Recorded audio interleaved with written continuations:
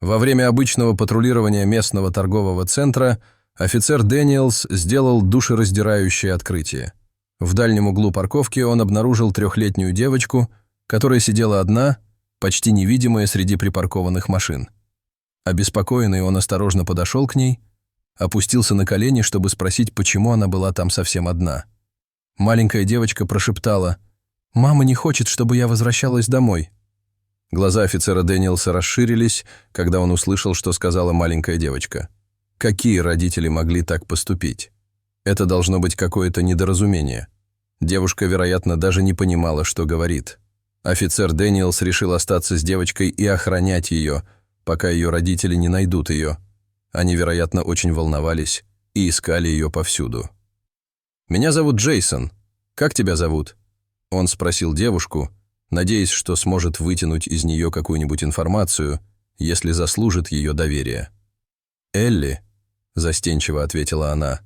«Ух ты, какое красивое имя», — сказал Джейсон, и на лице Элли появилась улыбка.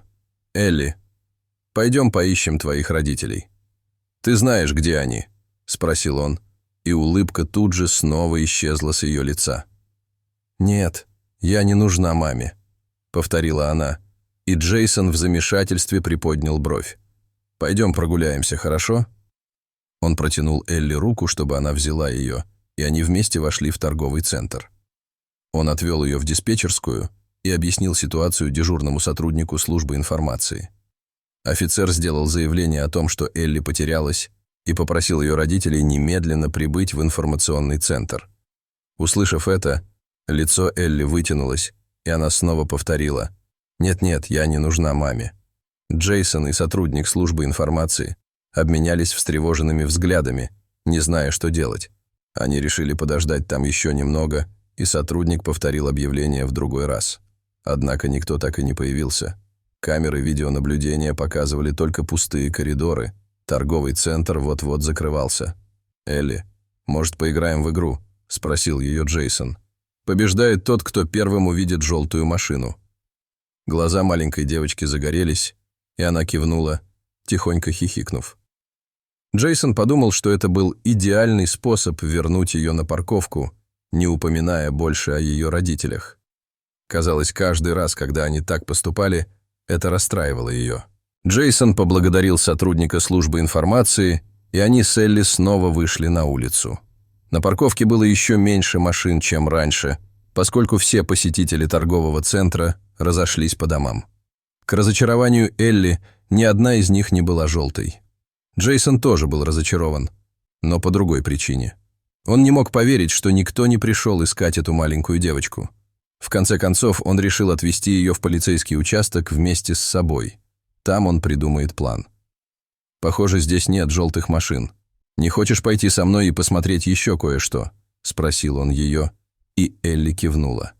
Теперь, когда Джейсон присмотрелся к ней повнимательнее, он заметил несколько странных вещей. Ее волосы были в беспорядке, нечесанные и с множеством колтунов, а одежда и руки тоже были грязными.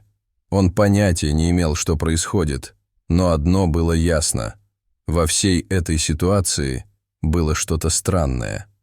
Когда они приехали, одна из коллег Джейсона, Мишель, уже ждала их на улице.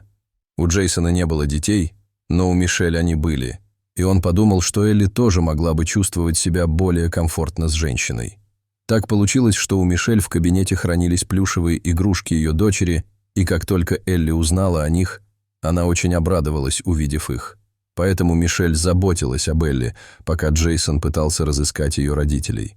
Ему действительно нужно было их найти. Он проверил все базы данных и просмотрел все заявления о пропаже людей, но не нашел ничего полезного. В тускло освещенной комнате охраны офицер Джейсон Дэниелс внимательно изучал видеозапись, которой с ними поделился сотрудник торгового центра. Экран замерцал, когда он увидел, как в кадр въезжает неприметный автомобиль, останавливающийся на парковке. Именно здесь маленькая девочка Элли осталась одна. Присутствие автомобиля казалось зловещим, молчаливой прелюдией к тайне, разворачивающейся перед ним. Джейсон заметил номерной знак автомобиля, который мог стать зацепкой в этом загадочном деле. Настойчивыми нажатиями клавиш он ввел номера в базу данных, и экран мигнул, а затем выдал обескураживающее сообщение. Совпадений не найдено. Машина, словно призрак, не оставила никаких следов в системе, что еще больше усложнило загадку, связанную с приездом Элли. Связь автомобиля с Элли была неоспорима, однако его происхождение оставалось окутанным тайной. Ему нужно было погрузиться глубже, чтобы воспользоваться теми скудными уликами, которые у него были. Преисполнившись решимости, Джейсон решил расширить свои поиски за пределы экранов и баз данных и заглянуть в реальный мир, где началась история Элли. Возвращаясь к видеозаписи, Джейсон прищурился, выискивая любую упущенную деталь. Он знал, что где-то в этих безмолвных изображениях кроются ответы, которые он так отчаянно искал. Джейсон вышел на оживленную улицу, окружающую торговый центр. Он подходил к прохожим и владельцам магазинов, показывал фотографию Элли и спрашивал, не узнает ли ее кто-нибудь.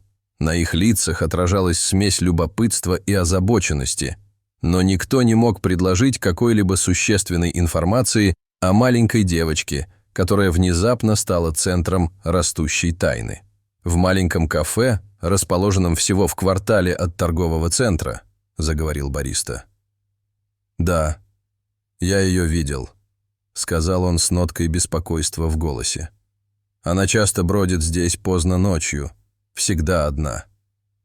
От его слов у Джейсона по спине пробежали мурашки, когда он представил себе картину одиночества Элли в ночной тишине. Другие владельцы магазинов рассказывали разные истории. Некоторые вспоминали, что видели девочку, похожую на Элли, играющую в одиночестве в неурочное время. Никто не знал ее по имени и ничего не знал о ее родителях. Их истории были фрагментами, отголосками того, что видела, но о чем не знала девочка, и это добавляло еще больше загадочности, окружавшей ее.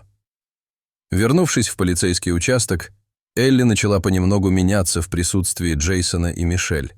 Ее первоначальные опасения постепенно сменились осторожным утешением. В момент затишья на станции тишину нарушил голос Элли. «Там был большой дом с голубыми дверями», — тихо сказала она. Ее глаза были устремлены вдаль, когда она пыталась вспомнить больше, сосредоточенно нахмурив брови, пытаясь собрать воедино разрозненные воспоминания. Эта маленькая, но яркая деталь открыла Джейсону новый путь в поисках, явившись ощутимой подсказкой посреди бурлящей неопределенности. По мере того, как Элли осваивалась на станции, она стала больше рассказывать о своих личных предпочтениях. Ее лицо светилось радостью, когда она рассказывала о своих любимых игрушках, плюшевом мишке в лохмотьях и наборе ярких разноцветных кубиков.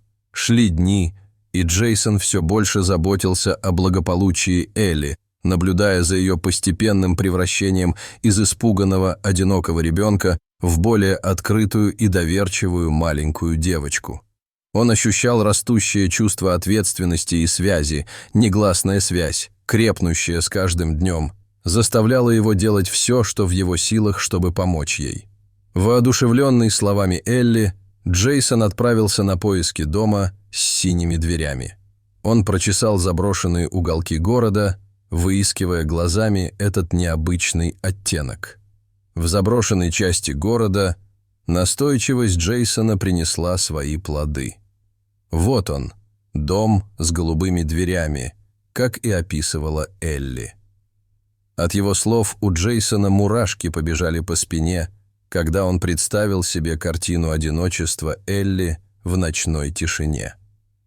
Другие владельцы магазинов рассказывали разные истории. Некоторые вспоминали, что видели девочку, похожую на Элли, играющую в одиночестве в неурочное время. Никто не знал ее по имени, и никто ничего не знал о ее родителях. Их истории были фрагментами, отголосками того, что они видели в детстве, но не знали о нем, что добавляло еще больше загадочности, которая ее окружала. Участие приюта позволило предположить, что мать Элли обратилась за помощью, что указывает на более глубокие проблемы в семье, которые до сих пор оставались скрытыми. Она написала, что заболела и больше не может самостоятельно заботиться об Элли. В тоне этих писем слышались тревога и страх, мольба матери о помощи, чтобы защитить своего ребенка. Решив выяснить больше подробностей, Джейсон решил лично посетить приют для женщин. Прибыв в приют, Джейсон приготовился к трудным разговорам. Сотрудники, сочувствующие его делу, рассказали печальную правду о матери Элли. Она искала убежище в приюте, подавленная сложившимися обстоятельствами. Их откровение нарисовало картину женщины, которая борется с непреодолимыми трудностями, пытаясь найти безопасное убежище для себя и своей дочери. Самым душераздирающим открытием стало то, что Джейсон узнал о судьбе матери Элли. Сотрудники приюта сообщили ему, что она скончалась из-за тяжелой болезни. Эта новость сильно поразила Джейсона, когда он осознал глубину отчаяния, с которым, должно быть, столкнулась мать Элли, сражаясь в битве, которую она в конечном счете не смогла выиграть, оставив Элли одну в этом мире. Во время своего визита Джейсон также поинтересовался об отце Элли. У сотрудников приюта было мало информации, но то, что они знали, не внушало оптимизма. Они полагали, что он был вовлечен в незаконную деятельность и исчез. Суровая реальность того, что Элли бросили, стала для Джейсона болезненно очевидной.